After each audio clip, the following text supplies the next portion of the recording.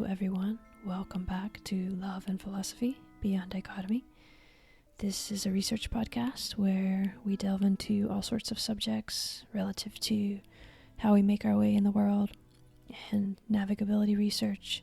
We discuss what we love about life, about learning, and we share all the many paths we've been on, or subjects, ideas, relationships, books, etc. that we've had to navigate, the challenges and inspirations of all those shared landscapes. And we try and do it beyond the traditional divisions of what does or does not fit together, or what should or should not be said. And in that spirit, this week I'm going to post maybe 3 different conversations, because I'm finally back home after some travels, and it really feels like it's been half a year of travels. I have a pretty deep backlog of research conversations now, at least a dozen or so, and they are from all sorts of scales and endeavors, all sides of the world. And out of that backlog, this week I'm posting 3 pretty different ones. The first one is with Lucas Voss, or Lucas Voss, V-O-S. You'll find him online on YouTube. He has a podcast. I met him through this tangled, beautiful collection of paths and little corners that is YouTube, because actually Love and Philosophy is kind of popular on YouTube. I'm not sure how that happened, but I'm very grateful. And I found Lucas through a conversation I had with Richard Watson, which ended up with me talking with Karen on the meaning code, which then meant that Lucas reached out to me and I would talk to him on his podcast. So this is how it works in that amazing world. Anyway, it's delightful, as is Lucas. He's just graduated from college. So we're talking about where he is, what it means to look for and find purpose at that age, which is, some of you know, an age of humans that I care and worry about very much, because it just seems like you're all, I don't know, like the world is trying to stress you out with your own images, and, well, I guess all of us in a way, but especially young people. But that's a subject for another podcast. Anyway, Lucas has been through all this, and he's really trying to find meaning in his life and something that will be good for him and for the world as he moves forward. So he's been questioning a lot of the things that the world says you should or have to do, and his paths really reflect that. He tells us some good stories about what he's been through, what he's been finding all along the way. We also talk about ideas, of course, everything from René Girard to Egyptian gods, to his life-changing experience with psychedelics, to how he almost got sick trying to be too healthy with all these improve yourself programs that we can all get rather fascinated with. We also talk about another life-changing love, which is his recent marriage. So this is a conversation with someone who's at a different point in life than me, but we share a lot of common paths as well. I appreciate learning from him and hearing his perspective about what seem like everyday things, but of course those are the things that matter the most to us. The next couple conversations, one will be about the power of polarity, which is a fascinating topic that I'm a little bit obsessed with, and another is with Paco Cavo about the possibilities of plant cognition, which is really interesting. I talked with Mina Salami about sensuous knowledge, very inspiring book. Alvin Noah about action and perception and entanglement. Anyway, there's so many things, beautiful things coming up. If you look on the website, you can see all the names. A lot of beautiful revelations on the horizon, at least for me. Anyway, thank you for being here, and I hope you're doing well out there, wherever you are making your way today. You can find the links to Lucas and to all the things we talk about in the show notes. And if you feel like supporting Love and Philosophy in any way, there are many opportunities, and it really helps. So, lots of love to you, and I hope you enjoy this. Thanks for being here. Bye.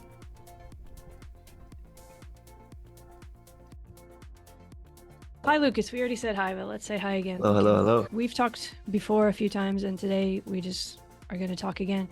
And about you this time.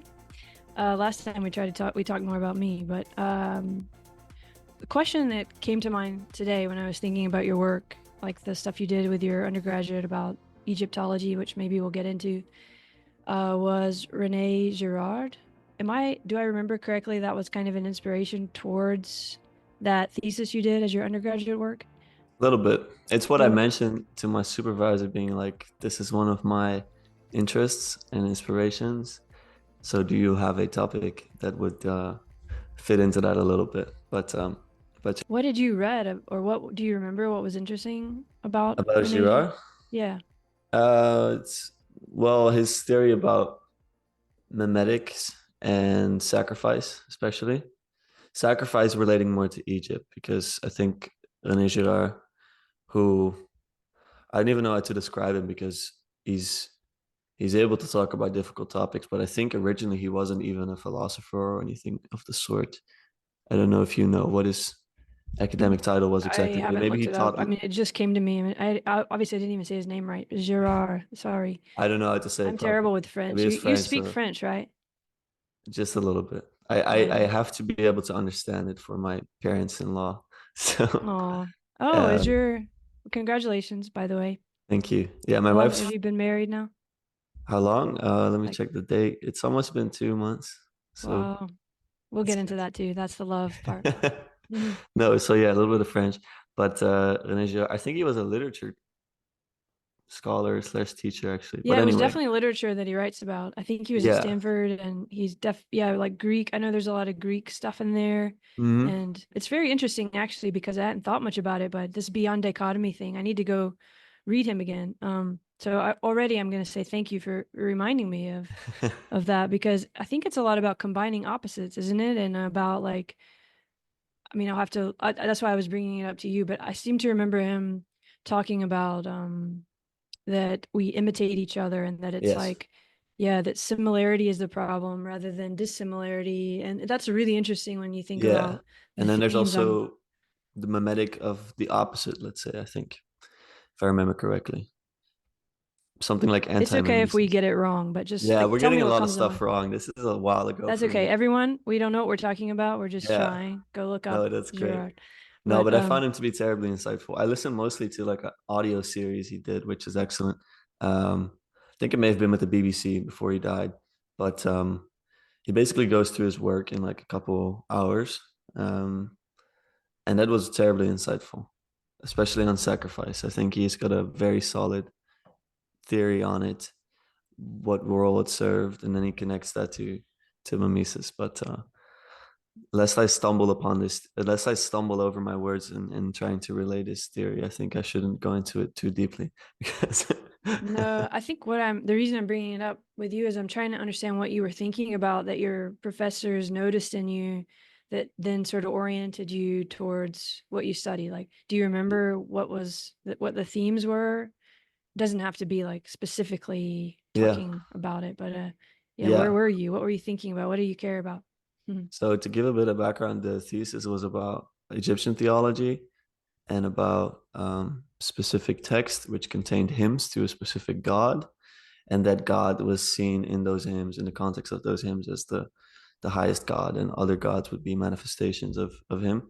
Um, and I think one of the main reasons my supervisor gave that topic to me, or at least he suggested that topic, was because I'm generally interested in gods, where I was at the time for sure, and in reality, and almost therefore theology. I'm trying to, through whatever medium, understand reality, and I found theology to be quite fruitful for that. Um, Yeah, so I'm really yeah. interested in that part of your life and your work too. Mhm. You said gods, so I mean that's a big theme here, right? The pantheism, Yeah. but I don't. I mean, yeah, maybe you can talk about that a little, like that topic, or I mean, are you a Hmm. pantheist? Or like what? No, well, yeah, but the term they used was henotheism.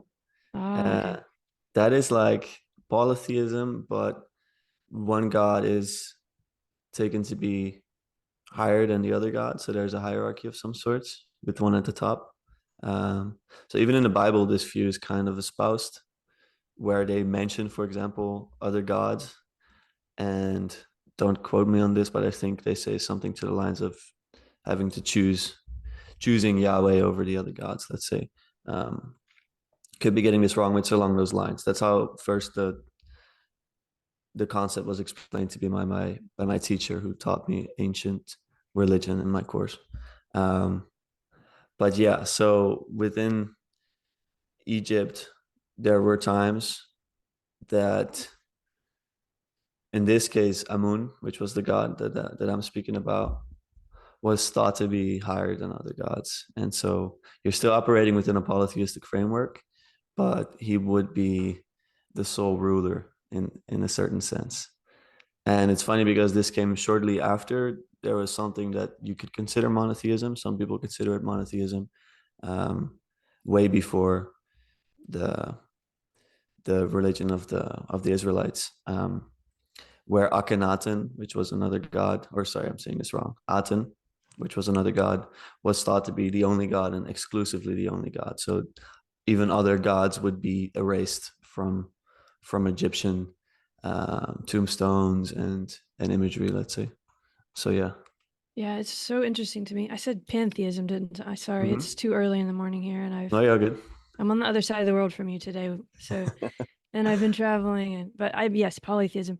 Of course, I'm always thinking about like opposites, what seem like opposites, or many, and how this relates to the idea of one. Or Mm.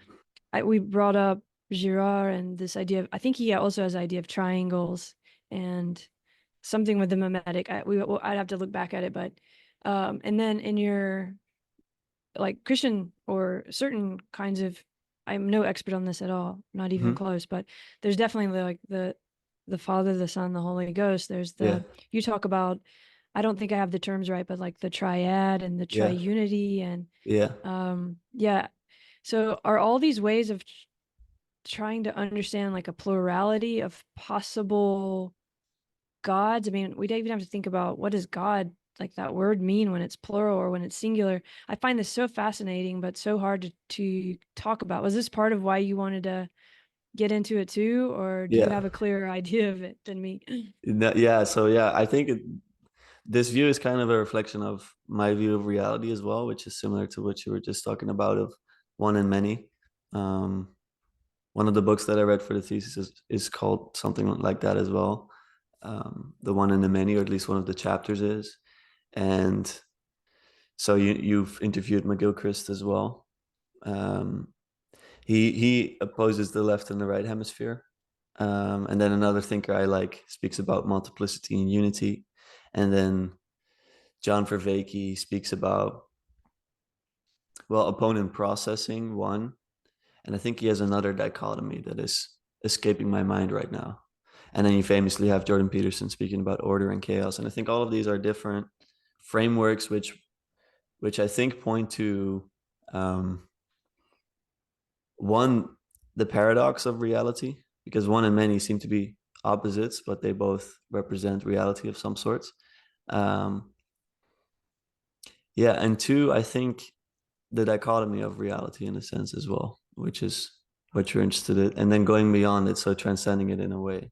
So, so yeah, I think there's actually a lot of points of conversion there. So partially Yeah, what pulled me, exactly. I yeah, mean, the whole idea of what I try to talk about in the philosophy and find ways to like what I'm trying to connect the patterns with across all these disciplines is holding the paradox, right? Which doesn't mean that the opposite, like we seem to think of paradox as a problem rather than a portal, but it's mm, actually, I feel like it's more like that's the portal, right? And you hold yeah, it. You don't yeah, try to squish the opposites together, but you also kind of start to realize that there's not just two. I mean, that's a weird way we think too, in the way our language is focused. And I think also these, at least most modern religions, I feel like it's an either or always, this God or no God, or this religion or no religion, or you believe or mm, you don't believe.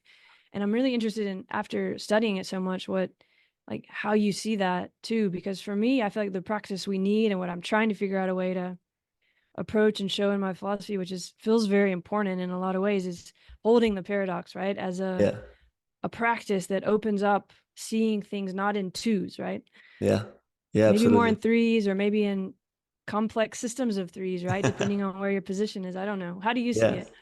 Well, I think speaking about mystery, which this is some kind of a mystery, the paradox. I don't think mystery is something to solve. I think it's something to attend to hold space for. And so I think ultimate reality is not for us to understand. Maybe it's for us to interact with, and it's for us to be in relationship to. But it's a paradox for a reason, and I think it partially comes from having a scientific worldview that we try to get an answer.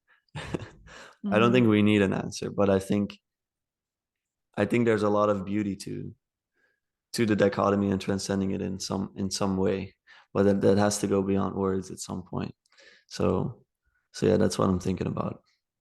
Yeah, it's like, I mean, in a way, we can't represent what is, and we can't, I mean, all this stuff, whether it's religion or whether it's text, whether it's literature, or whatever it is that we're doing, we're finding ways to represent it and communicate about it with each other, right? With one another. And that's Mhm. very important, and it's meaningful and real and even true. But what I hear you saying, or at least this might be my own projection, is all the stuff that we're representing to one another, the real process, which is like continuous and kind of beyond beginning and end, and none of these Mhm. categories that we use to describe it and talk about it and come to know it better could ever actually describe it. So we seem to kind of like, how do we understand that we'll never describe it, or it is this mystery in the way you described, just by that's what it is. We're part of it, even we can't even get out of it. But Yeah, at the same time, it's really important, isn't it, to try to describe it and to do the science and to do the literature, write the books, like find all these ways to communicate with one another, because somehow that's doing something to with the process of the process. Or what do yeah, you think? yeah. Well, it's funny. I was listening to talk about Taoism as well, and what you're speaking of reminds me of that, where you have the Tao Te Ching. I don't know if you're familiar, Yeah, but Taoism is important. That's another example of this in a way. yeah, and they write a lot about the Tao, Mm-hmm. but at the same time, they're very aware like this is inexhaustible. Once you Yeah, think there's it's even that quote, isn't there? Like, the Tao that can be spoken isn't the Tao, or something. exactly, and Yeah. then there's yeah, it aligns with this idea of I think it was Meister Eckhart or maybe someone else that said that he would pray to God to rid him of God, of the concept of God, because he cannot fully understand it. Oh, I've never heard that. That's beautiful. I mean, I've read Meister Eckhart, but wow, thanks for that's a good one. So I'm not sure if Yeah. that was Meister Eckhart, but I Well, hope so. whoever will, I'll have to We'll again. find it. Yeah. So yeah, I think it's something like that. It's definitely useful to think about this, but not in a way to solve it. Um, but you can always get closer and you can find ways to attend to it. But yeah, you were speaking about different religions and false and correct. One thing I point out in the thesis is that the Egyptians didn't think about gods or even creation myths as false or correct. They thought more on sacred and less sacred. And so I think one of the reasons we apply this false correct dichotomy and paradigm is again because this is kind of what we were raised in the last 100 200 years. But I'm trying to find ways to transcend that a little bit, and sometimes you have to let go of all your theories. Sometimes Mm. theories can also be good ground to stand on, but you have to remember that the ground that you stand on is not absolute. It always remains a map to the territory. It remains something that is of this world, and I feel cannot fully represent what goes beyond. So yeah, that's what I would say. Very good way to say it. It reminded me, I think, in a video which I'll link to, where you talk about your thesis. You talk about, I think it's that this worldview was one where multiple stories or multiple paths can be correct, I think. Mm-hmm. And even I won't say it correctly, but multiple gods are also one god, or one god are multiple gods. Or there's this wonderful quote, I think it's by Jan Osman, that you talk about like how to it's talking again about the triunity or the Mm-hmm. triad. Again, I don't know which term is exactly right, but Yeah. you talk about it being like transcendent. It's the way to be. There's a wonderful thing about the plurality of gods that then can be transcended to be something like one, which almost Yes. feels like the opposite of how you might think of it as being, but Yeah. speaks to what we're trying to do here with holding the paradox, right? Yeah. Yeah. Exactly. And that's the fun thing about it as well. It's fun, but it's also it can be annoying because you can't fully pin it down. But you have to let go of that. I think you have to approach it more with the right hemisphere in a sense that you cannot be too precise about it. Um, but yeah, there's a power to both the plurality and the unity. Um, And I was speaking yesterday to someone who is very much interested and involved with Robert Persic's work. I don't know if you're familiar with him. Who? Say it again. Robert Persic. Oh, the motorcycle Zen and the art of motorcycle maintenance. Yeah. Yeah. Hmm. Yeah, I like his framework as well because he has a metaphysics of quality where he poses that static and dynamic quality is a way in which you can view the world. I guess it's a very useful paradigm, and I found it to be very useful, and it connects with this as well, this multiplicity and this unity, and that you kind of need both in most situations, um, and therefore for reality as well. I think I it absolutely agree. Yeah. And yeah it's funny you bring, I mean, I guess we all, once we have this understanding through reading or something, we start finding similar sources because I don't think you know, but I also worked in this like ecological motoring, and yeah I I've do. done some. Oh, okay, well, I've done some conversations actually relative to that, and I've read that a lot and thought about it, even just in terms of. I mean, that's a more practical issue, but yeah, how we can understand what movement means in our lives and the way that we create vehicles towards it. But I think to try to bring it to a more practical, like, how does this, because I want to know, you're doing so much studying and you're thinking so much about this and you're doing it in school, but it feels, now you've graduated Hmm. but it feels like a real life mission you're on. Yeah. And when did this, I know we talked a little bit about it together before, but Hmm. when did it start and how does it relate to all these ideas? Like, how has this changed you, right? Is this become a practice for you in a way, or These ideas. yeah, and this idea too of being able to think of, for example, I wonder about with God and with religion. I mean, I think that's an important part of your life, right? Hmm. It is. And I don't know if you came up in a particular, to go to Girard, like a kind of imitation or a path, right? Yeah. And I don't know if that fits well with all of this or not, or Hmm. yeah, Hmm. what does that bring up in Uh, yeah. Okay. Let me think where to start here. What you? is useful? Well, I got interested in like really learning and reading at a later point in life, and I'm very young, so I don't mean like in my 60s, but like when I was 18. So like as a teenager, I was never interested in school. Um, I think partially because you have to read, so you don't your curiosity aspect doesn't get activated so much.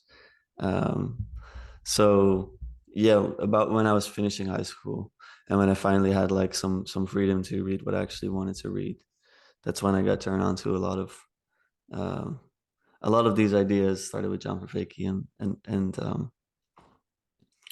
and I read a bunch of philosophy as well. My brother has been very helpful with that. He teaches philosophy, and so yeah, that started things, and then slowly I think I started developing something akin to this worldview of it's a relational worldview. It's a worldview of unity and multiplicity, as you're describing as well, and of holding the paradox. It's a nice way of saying it. And what that translates to in my life is that I try to I try to make my life as reality is or as nature is. Let's say we're speaking about nature and importance of reconnecting to nature in a sense. I think nature has a very fine balance of unity and multiplicity in a sense. I think there's a real Mm. coherence to nature, but there's fantastic diversity to it. Um, and so I think the more I've learned about these ideas, the more I've realized that it's very important to put into practice first. So to stop always talking about it, and Mm, and what good putting point. that into practice means is, yeah, I think it's to try to become more beautiful, and I think to become more beautiful is to to exactly yeah to replicate nature of some sorts, and therefore the Mm. multiplicity and the unity, the paradox almost. Um, Oh, that's so interesting. Yeah.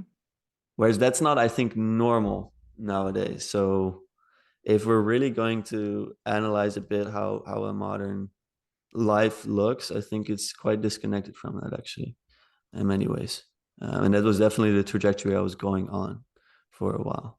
Can you say more about that? Because I think that's something I hear. I mean, that's a really important point Mm, right now. And it even weirdly relates to Girard, I think, because in terms of where we are now with social media and like this mimetic hmm. imitation and And what you just described, it doesn't feel like we're trying to reflect or find ourselves or notice ourselves as part of nature in the way you said. It feels more, well, what's it been for you? I'd really like to hear your experience. Yeah, so I think I was on that path for a while as a teenager. I lost your camera here. I hope you're all good. But I'm still here. I don't know. okay, good, good, all Uh, good. but Um, yeah. yeah, I think I was on that path for a while, just as a teenager. I think it was obvious to me that I just wanted to make a lot of money, and yeah, I think it's because I was kind of raised by pop culture in a sense, watching a lot of TV, and I think I never questioned the values of that. So of the TV shows I was watching, the films that I was watching, and yeah, everything that I was interacting with through the internet. I think a lot of kids are online nowadays. And if you just would look at it by who's getting the most views and the most clicks, so who are people really giving their attention to, and therefore imitating often. Um, I mean, they're celebrities, they're athletes, they're pop stars, they're they're often people that are not living a very balanced life. They often have difficult personal lives as well, but they're often rich and they're often famous, so they're getting a lot of eyeballs on them. And yeah, so I never really questioned that path. I was always like, yeah, of course, that's the highest path you could want. But I think what you're doing there, to use a bit more religious language, and I hope that doesn't turn people off too much, it's like you're basically worshiping lower gods, you're worshiping idols, you're worshiping greed, money, and that's not good, you know. So I think at some point I started to realize. I think it was more of a gradual process that's not the highest path I could take in life, and and I think the education helped with it, but also trying to live a more natural life, um, trying to get priorities straight. My wife really helped me become more complete and more balanced for sure. Um, in my wedding, during my wedding, I said that I used to want to be perfect, but that she made me want to be complete and whole. Um, and this perfection is something I think a lot of people are going for nowadays as well. It's this. I think it's a domination of the masculine as well. The masculine wants to be perfect, but the feminine is able to be whole. And so, um, yeah, that's definitely played out in my life because when I just started getting into these books and into the self help things and into this journey of like I want to make something of my life, the obvious trajectory there was like I want to become the most successful or like become the best at something.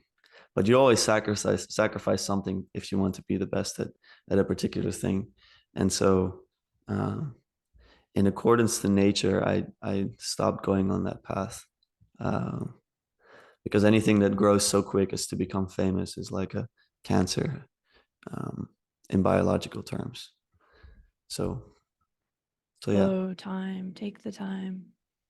It's, yeah, I think there's so much in there that I care about and that I think about a lot and that I see Mm, in, different people in my life, younger people too, that I worry about, but also myself of just what you just said, like we are born into a certain kind of space and there's already these kind of accepted parameters of what is um attractive in terms of what we want to become.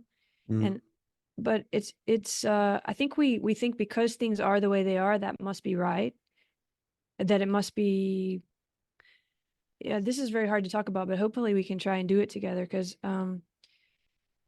for example, you look on social media, like you were saying, and you see the people who have the most money or the most followers or whatever, and we think that means they're happy or something, or that they've succeeded in some kind of, all this is stuff we assume. We're not really thinking about it, but we direct, we want to somehow be like that, like seen, loved in that way.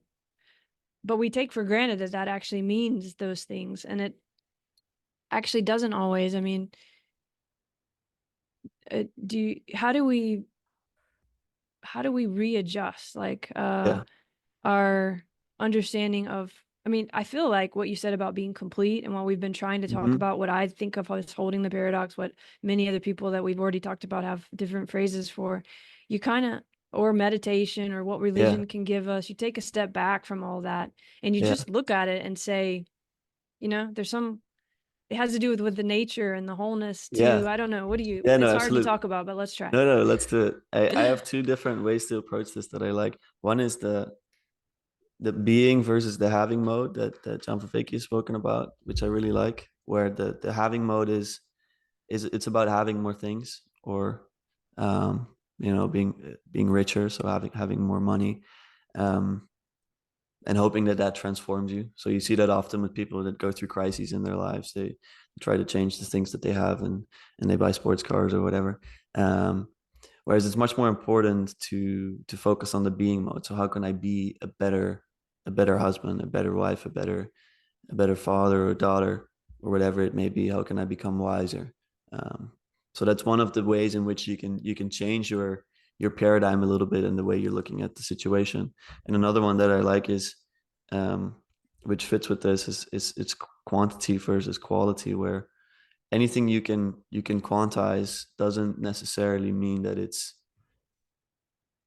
going to result in a better life. Like if you have more followers, doesn't mean it's going to be better. If you have more money, doesn't mean it's going to be better. But you can focus on the quality of your life, um, and then you can be content.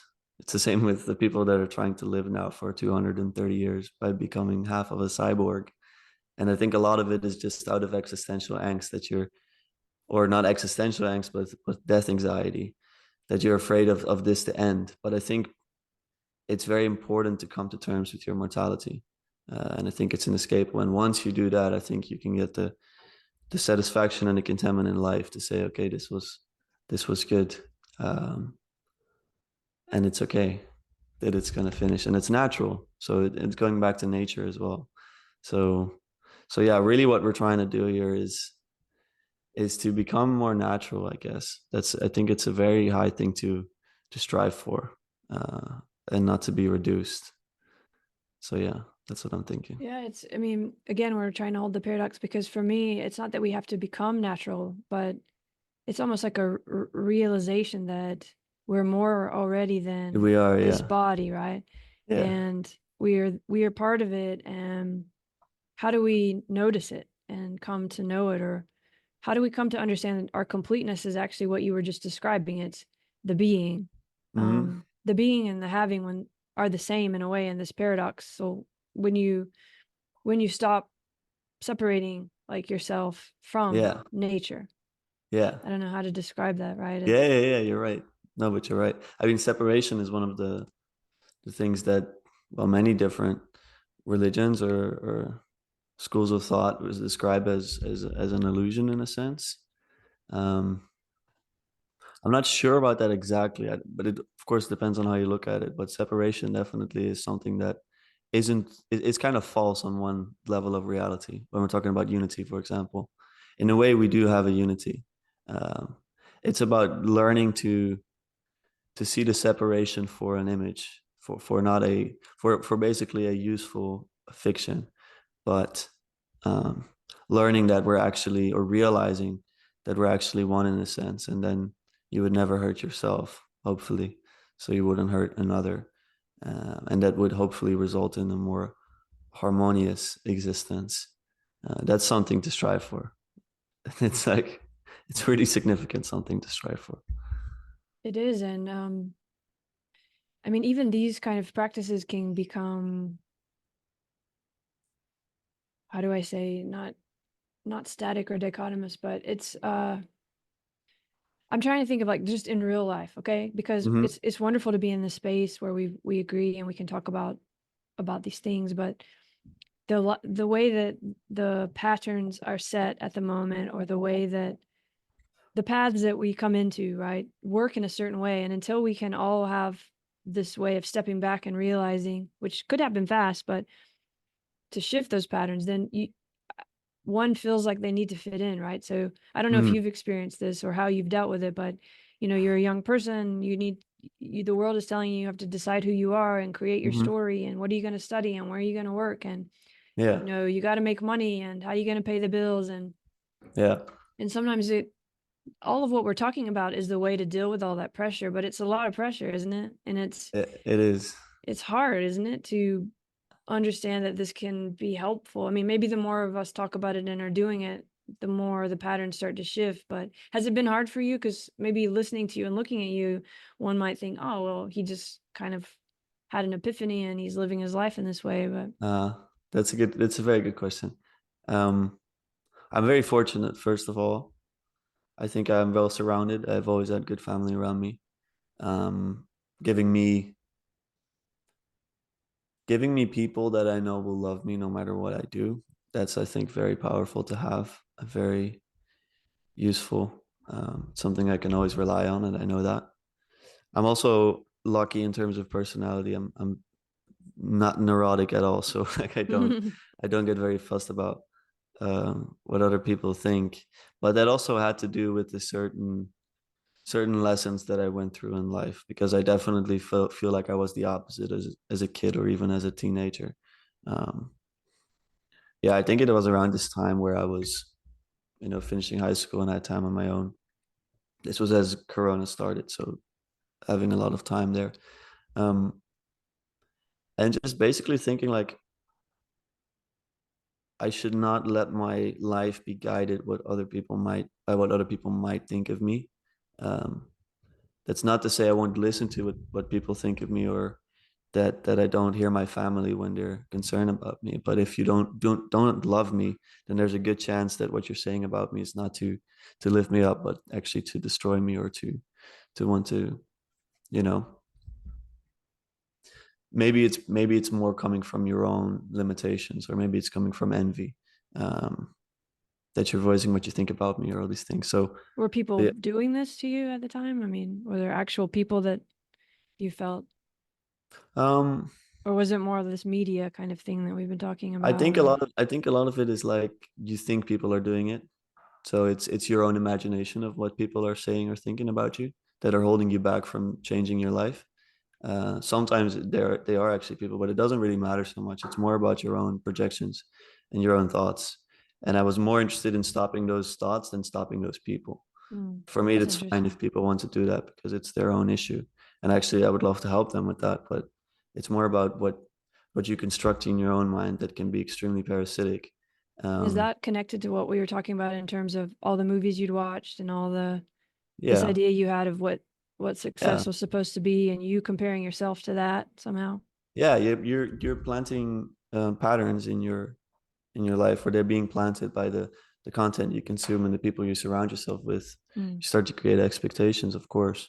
So that's why a lot of people advise to change the people you hang out with, for example, or like to change your surroundings. That they're all helpful because your reality around you shapes who you are in a sense, and you have power over that to an extent, but it goes very gradually. So you have to change that step by step. If you want to go into a more beautiful life, you have to clean it up a little bit, step by step, and um and make it more beautiful.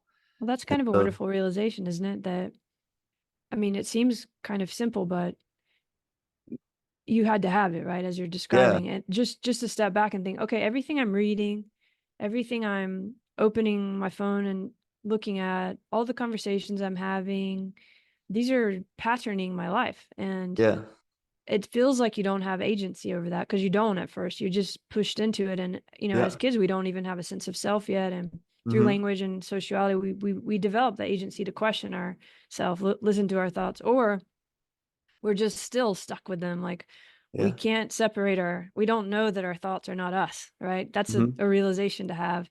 And then to have what you just described, to realize, okay, I'm not my thoughts, but also my thoughts are just patterns that are being created by all the stuff I'm consuming. If Yeah. I change what I consume, I can change the patterns maybe. Exactly. And that goes very slowly, but it's really what you say. It's a powerful realization. It's basically shifting your mind in that sense, where you can feel really enslaved by what you're doing and the behavior you're engaging in, but you can also see it as, okay, I have some power over this and I can do that step by step. And I feel that especially with habits. I think that's I mean, it's a very cliche and a popular book, but Atomic Habits I really like as a book. It's very simple, but it speaks about the title is fun. It's atomic. So atomic Hmm. meaning that it's a small, it can be small as an atom, but it can have a gigantic impact like an atom bomb.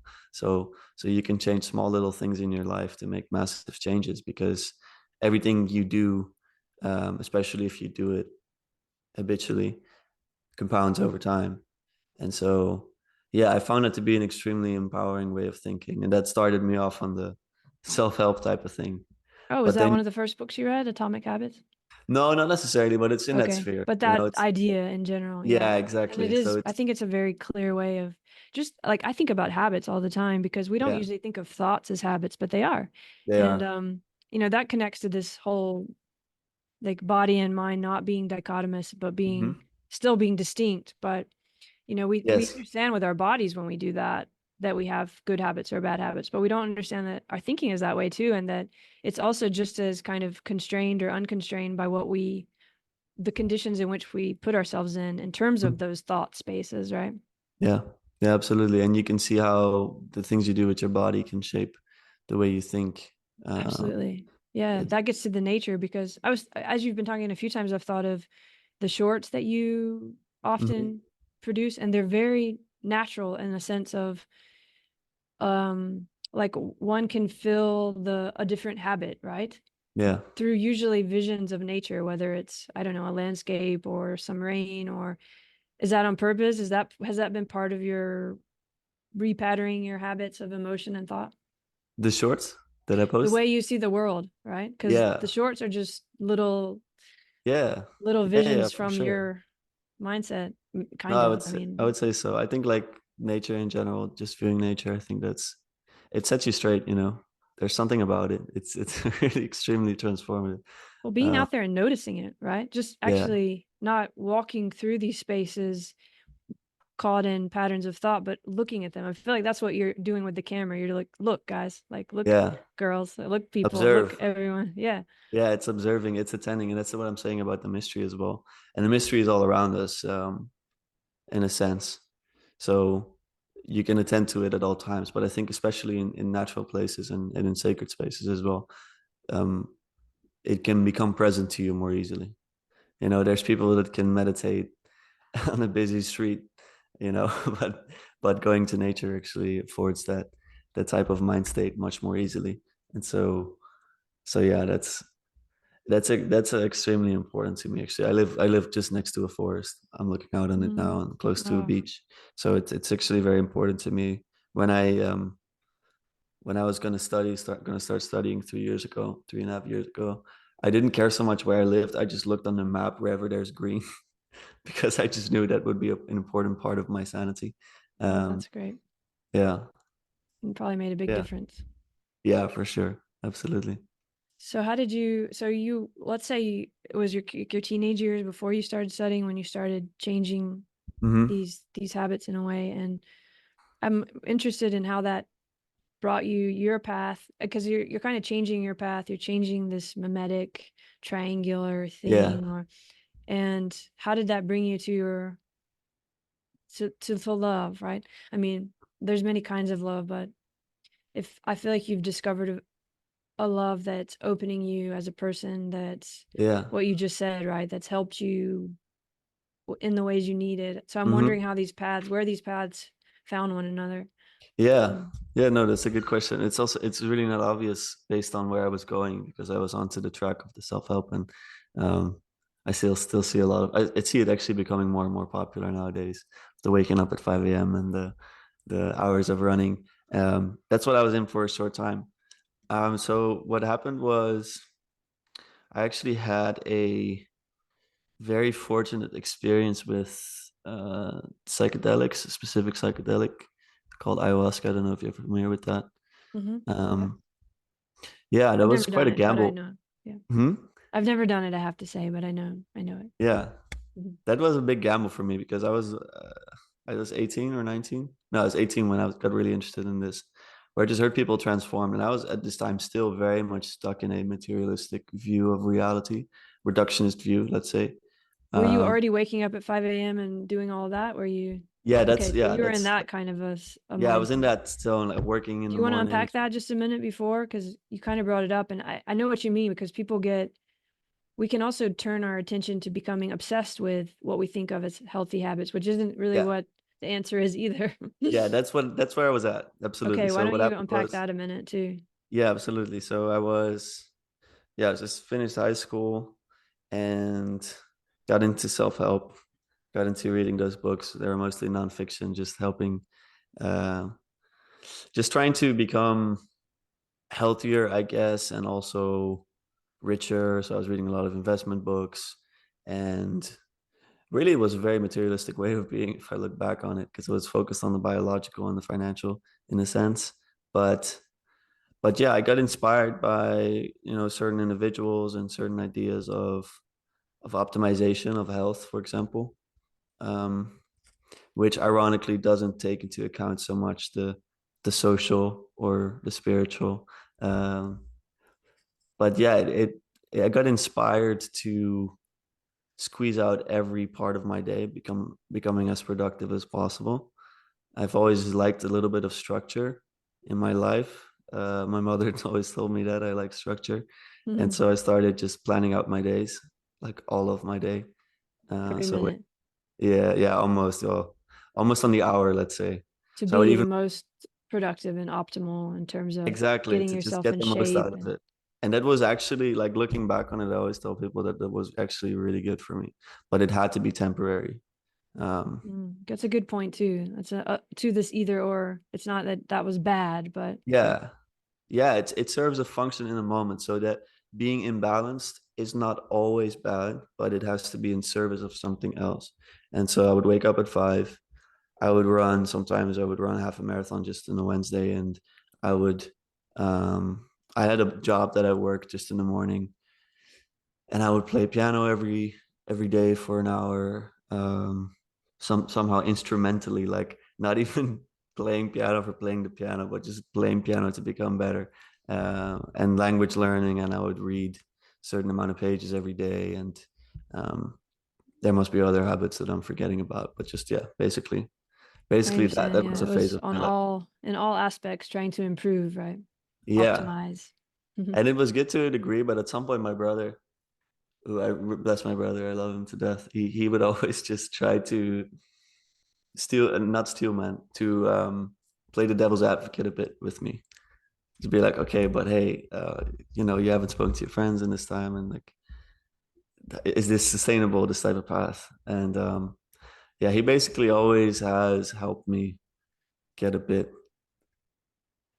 closer to goodness. I think that he's always done that, whether consciously or subconsciously, but he's always been a very good influence on me. Sounds like he Um, also helps you see yourself too, like what we were yeah, talking about, so you don't get exactly. swept up in the inertia of whatever and not Yeah, take that step back, which we have to do it every day. So we need people to help us. But yeah. They can help you reflect, indeed. And I didn't have a lot of people around me, so there wasn't a yeah, lot of that you're in your happening. world. Yeah. Yeah. So yeah, that was that phase. And I was also listening to a lot of podcasts at the time, just whatever I would find interesting. It's also started my fascination for history and ancient history. So it's partially where I got interested in Egypt. Um, but yeah, then I heard multiple people who had done certain psychedelics, started reading up on psychedelics. Um, Basically, from a materialist frame, psychedelics are transcendence in a sense. So they are when people describe it, like the almost the only passageway out of that, especially if you're really deeply entrenched in that, and I was.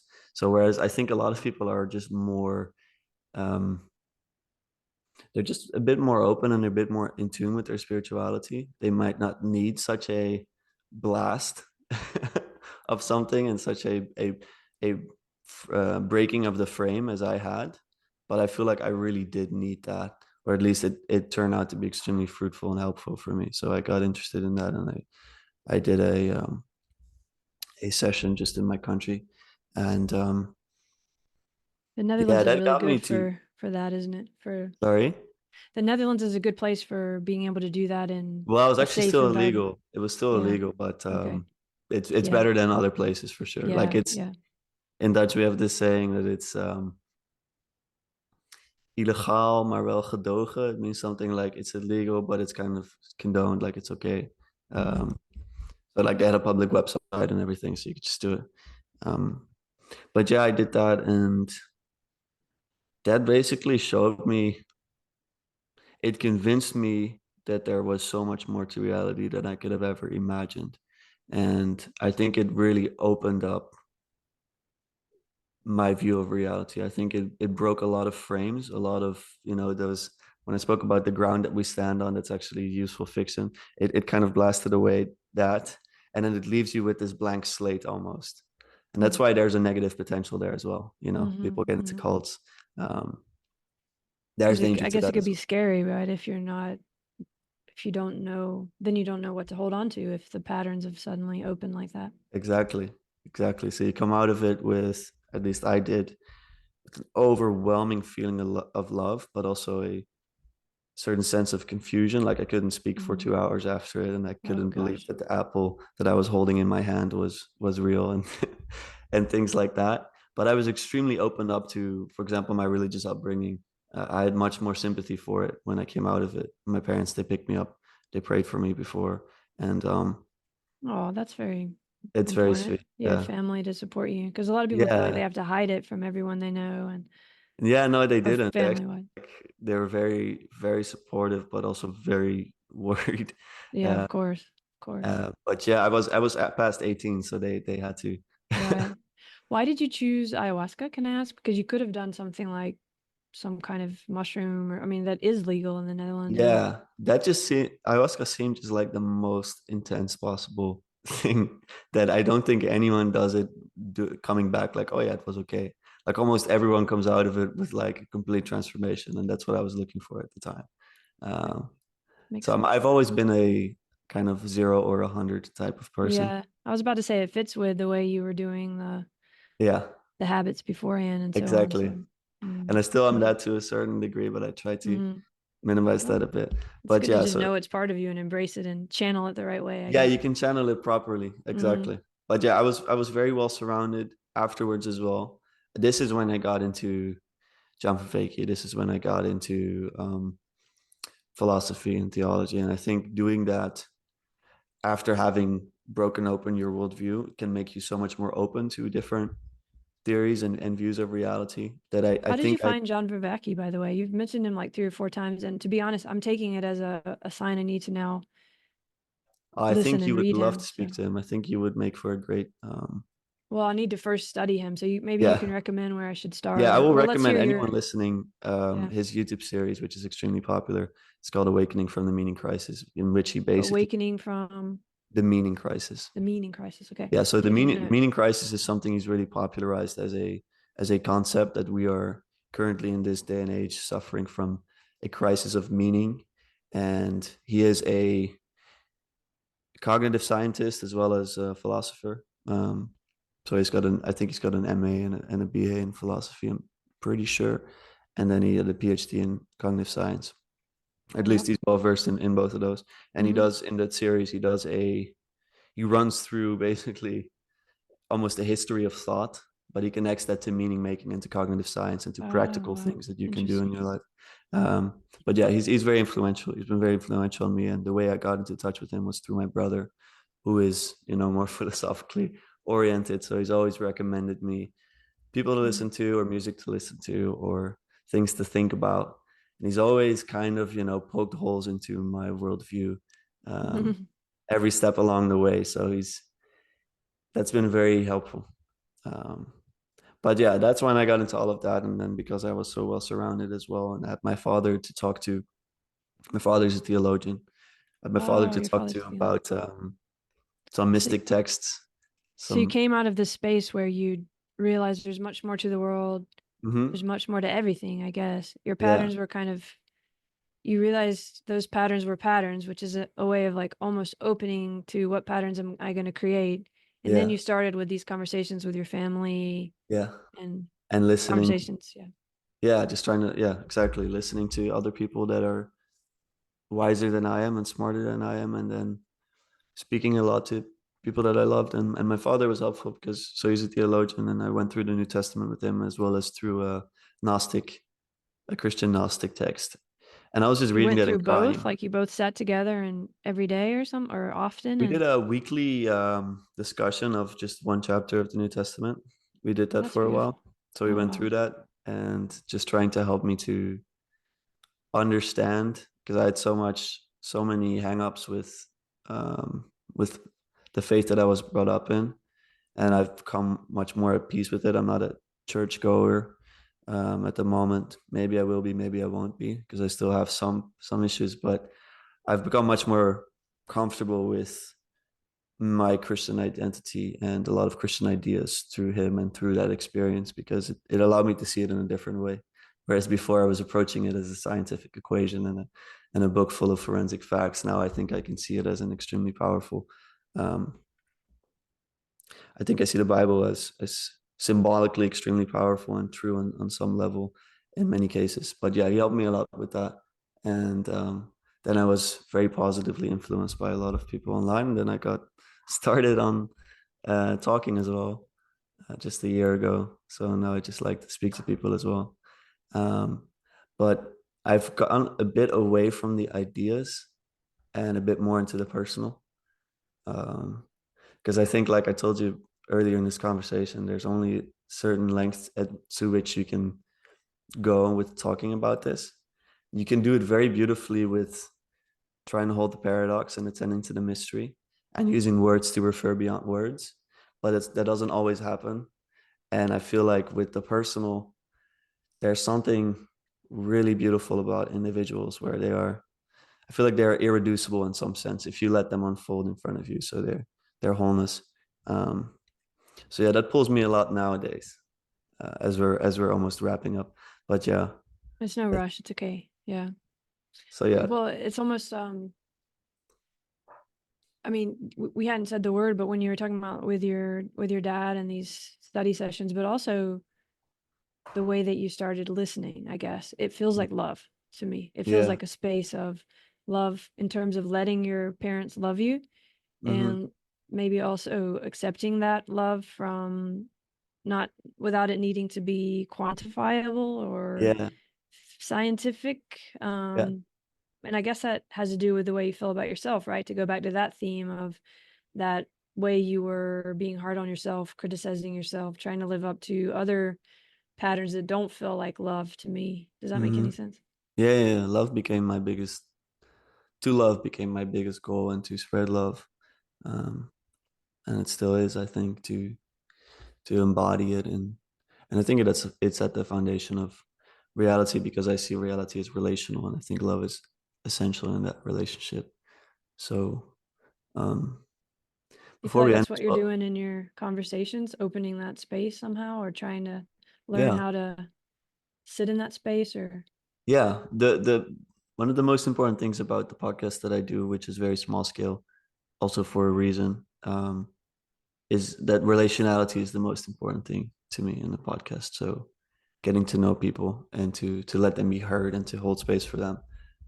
So I had a while there where I had some couple of bigger guests on, and then I noticed that that just wasn't very good for me. I started mm. to, yeah, I just noticed that I had a kind of a bad response to it, and then I wanted to one up the guests that I had every time Oh to get a big. And then I yeah. was like, okay, I need to tone down. So then I very consciously was like, okay, I'm just gonna stick to some random people that I think are beautiful to talk to, and that's been really good.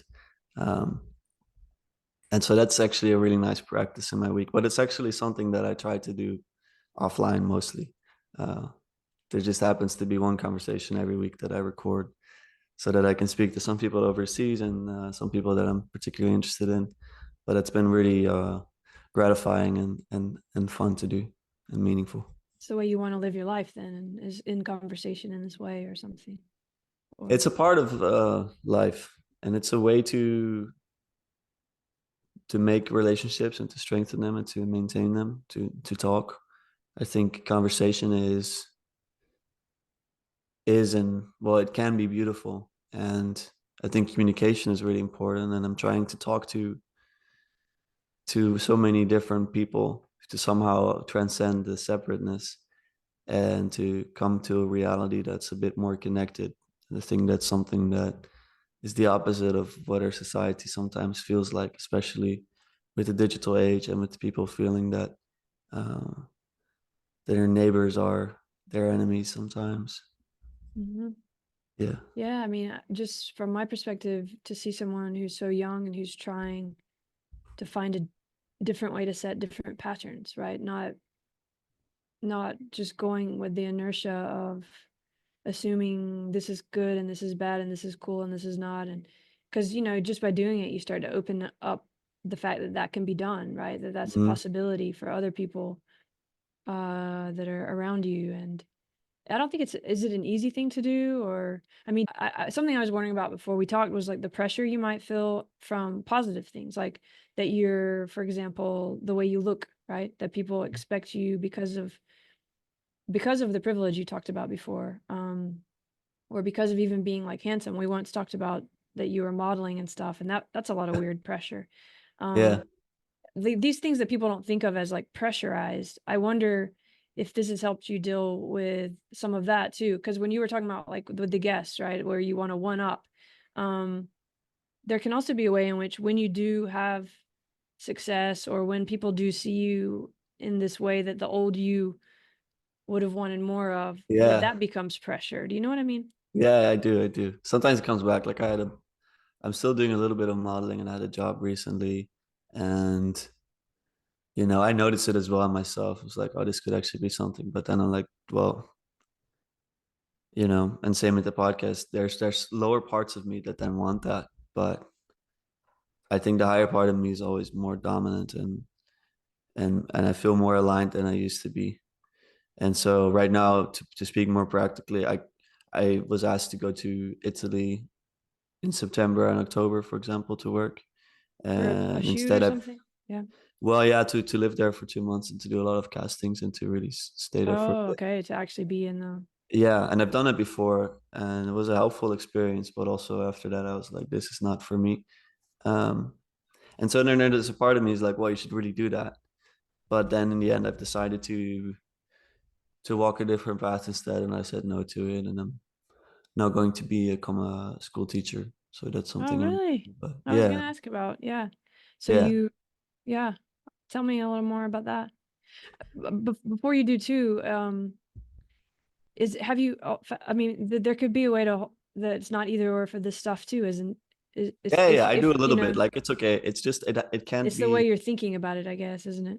Yeah, Or it's like how it affects your mind, and if you do it and it turns on your vanity and it turns on your ego, then it's not good. I found it fine to do a job and it was okay. It didn't do much bad with me. But I think if I start to live somewhere for 2 months and do that exclusively, uh, I'm not so sure if that would be good. And especially if I do it instead of doing something like this, where, um, yeah, I think becoming a school teacher for me really aligns with what I'm trying to do in life, just to connect with people and to spread love and I really like to educate and to inspire the younger generation as well. I think that's really one of the highest things I can do with my time at the moment. So when I saw that as an opportunity, I was like, that's probably one of the best things I can do with my life. totally, totally. I mean, two things I have to say is it's like what you were saying before, what we were talking about of what you put yourself in, the regularities you surround yourself with, even if you're the most enlightened person, are going to, create the parameters of your life. So if you're surrounded by people who are worried about how they look and trying to look Yeah. better than one another, which I know Yes. what that world is like, it's just like Yes. that. And people Yeah. telling you Yeah. what's wrong with you all the time or what you should Hmm. fix, there's no way you can't help but change the parameters and regularities of your life are going to shift in that direction. I mean, no matter Exactly. how enlightened you are.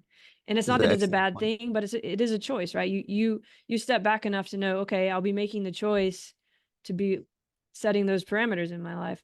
Hmm. Or this other one you took, which I have to tell you, just yesterday I had lunch with one of my best friends because I'm in the States right now, and she's a school teacher, and I think she's probably changed people's life more than almost anyone I've met. And also even on the podcast, or even in like life having conversations, almost every person, I would say 65 to 70% of people end up saying it was some teacher who gave them some book. I Yeah. mean, that changed or opened up, or that some teacher noticed something about them and just spoke it, and it Yeah. changed the trajectory of their life. So yeah, you couldn't choose a more important thing to do from my perspective. Having, Thank you. yeah. That's awesome. Yeah. About when does that start, or what is that like, Oh or yeah. that feels exciting. It is. So basically there's a big like shortage in the Netherlands of teachers, probably in Oh, other places as well. And so I was just looking to see if there's any full-time jobs that I could just start right now. Uh, and I saw this as it's a job from the start, so you get paid from the start, but it's also an education. So normally you'd have to do a 4-year track to become a school teacher in the Netherlands, but this is a mm-hmm. sped up one, so it's done in 2 years. And then the first 6 months are more of a trial period where you're at a school and you're helping, but you're not fully into the education yet. And so yeah, I saw that and I was like, that fits perfectly, and that's starting in 2 weeks. And then next week I have some introduction things, and I Oh, still have to prepare to a school, but it makes me almost want to cry, because I can just imagine all these kids. It's exactly what we've been talking about in a way, like all these kids having a role model like you, right? mm, Just someone, and I don't mean to put more pressure on you, because you don't need to be perfect and you don't need to do this for your whole life or something or mm-hmm, whatever. But I mean, just someone who knows what you know and has stepped back and isn't in that trap that we all saw when yeah, we were kids. I mean, I'm a lot yeah, older than you, but I mean, it makes such a huge difference. yeah, So I feel emotional to think of you going into that, because it feels to me it fits very well with all this. I didn't expect it. It's a surprise, and that's yeah, probably part of it too. And yeah, also just it feels like you're gonna give so much. Maybe you don't know it even, but just by mm-hmm, being there, I can already imagine, you know. yeah. I hope so. So Thank you so cool, much for great for those you. words. It means a lot. I want to hear last thing. I mean, there's a Good. big thing that we haven't talked about much yet, and it is Mm-hmm. connected to all this, and that's that you've gotten married.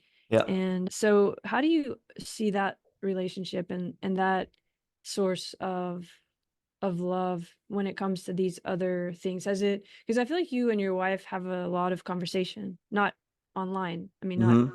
in, but it feels conversational. I mean, how does all that connect to what we've been talking about? Maybe Yeah, I'll is, tell you. Okay, okay, so I met my wife through yoga class. She teaches yoga, and that was 3 years ago in the so she university has this gym. embodied Yeah, uh she connection. had when I met her, she was like, oh, she has got everything that I don't, in a sense. Like she's like she's gonna complete my puzzle, and that's what happened basically.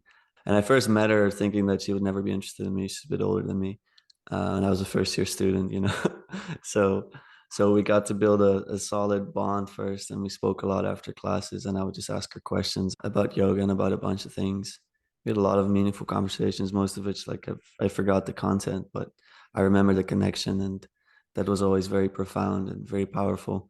And she kind of, I think, made me like less obsessed with all the books and the podcast, because I was just listening the whole day Good. and reading the whole day. And yeah, I think that she allowed me to become more embodied. And I see yoga as a wisdom practice, and she teaches it really well. I think, having been taught now by more teachers as well, I'm really grateful for that. And yeah, that relationship has been, yeah, the best relationship in my life, I would say. Um, I think that I was very certain from the start, and she was as well. I wanted to get married Oh, right away, actually. She no. was like, let's wait a bit. Oh. And that proved to be a wise decision, because now we've Mm-mm. had a beautiful wedding with our families. Um, and yeah, it's like I said before in the podcast, it's made me much more complete. Like she would call me out on so many stupid things that I was doing, like things that were just not serving me, things that were a little bit too extreme. Like I would fast the whole day and I would eat one meal because I wanted to be focused, and all these things. Yeah. Like so that's been an extremely good help in my life. And it's the foundation. Like she's what grounds me, and she's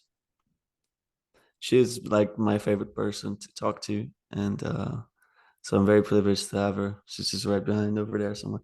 Oh, um that's beautiful. so yeah, and it fits in with all of this in the sense that I think being in a intimate relationship with one person in some sense is, yeah, it's in a way it's reflective of reality, this relationality, what we were talking about. um I think it's really good to have someone to share life with, because life is not monological. I think life is, found in the relationship, in the in between, and in the dialogue. So Yeah. it's a pleasure to share that. Well, I'm so glad you found it. And just having heard you talk about her, it does feel like she sort of turns you back towards the world or She does. into your body and She into does. Yeah, real yeah. life and Yeah, I was real floating there for connection. a while. She brought me back. Like we always joke about, she has a moon tattooed on her shoulder. Oh, She great. had that when I met her. That's like representing the feminine, and thus the more spiritual. And she herself is more of that masculine sun type of Mm, energy. And wonderful. so she got me interested in also getting a tattoo. I only have like three little small ones, but I got a son because I was the opposite. Like Oh, I was all the way to the feminine and to the spiritual, and I almost like drifting in that, like disconnected from the world almost. Like I was just checking out and meditating, and and so yeah, she brought that back to my life to allow me to become more whole, and I hope to do the same with her. So I provide her the other side of the coin. oh, that's so wonderful. And actually, that's a perfect place to stop talking today Hmm. because it's actually where we started, right? This coincidence of opposites or Yeah. like the paradox that you hold that becomes the most rich portal, right? The portal Hmm. into real living. So Yeah. it's wonderful that you found that with two bodies, right? Yeah. In the world. Beyond So dichotomy. exactly, beyond dichotomy. Well, Lucas, I'm so glad that you and your wife are in the world doing what you're both Mm, doing, and let's keep talking. I want to hear how absolutely. the school stuff goes. So let's check back in about that later someday. Likewise. Thank you so much for your time. It's always good to speak to you. We'll speak All again. right. Thank you. Thanks.